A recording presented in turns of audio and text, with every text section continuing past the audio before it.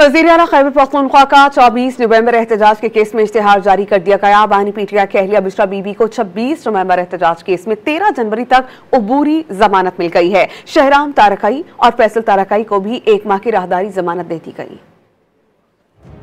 रावलपिंडी की इंसदादी दहशतगर्दी की अदालत ने 24 नवंबर एहतजाज केस में वज़ीर-ए-आला खैबर पख्तूनख्वा को इश्तिहारी करार देने की कार्रवाई शुरू कर दी और उनका इश्तिहार जारी कर दिया। अदालत ने हसन अब्दाल पुलिस को इश्तिहार की तामील करवाने और रिपोर्ट 21 जनवरी को पेश करने का हुक्म दिया। इस्लामाबाद की डिस्ट्रिक्ट एंड सेशन कोर्ट ने 26 नवंबर एहतजाज के मुकदमात में बुशरा बीबी की अबूरी जमानत 13 जनवरी तक मंजूर कर ली और उन्हें 50-50 हजार रूपए के मचलके जमा करवाने का हुक्म दिया। अडियाला जेल में तोशाखाना 2 केस की समाअत स्पेशल जज सेंट्रल शाहरुख अर्जुमन ने की। वकला की अदम मौजूदगी के बायस प्रोसिक्यूशन के गवाह का बयान रिकॉर्ड न हो सका और समाअत बगैर कार्रवाई के 30 दिसंबर तक मुलतवी कर दी गई। पेशावर हाई कोर्ट के जस्टिस वकार अहमद ने रुकन कौमी असम्बली शहराम तरकई और सूबाई वजीर फैसल तरकई की राहदारी जमानत की दरख्वास्तों पर समाअत की और मुकदमात ज्यादा होने पर दोनों को 1 माह की राहदारी जमानत देते हुए मुतल्लिका अदालतों में पेश होने का हुक्म दिया। इधर इस्लामाबाद हाई कोर्ट में पीटीआई रहनुमा कंवल शोजब की मुकदमात की तफसीलात फराहमी की दरख्वास्त पर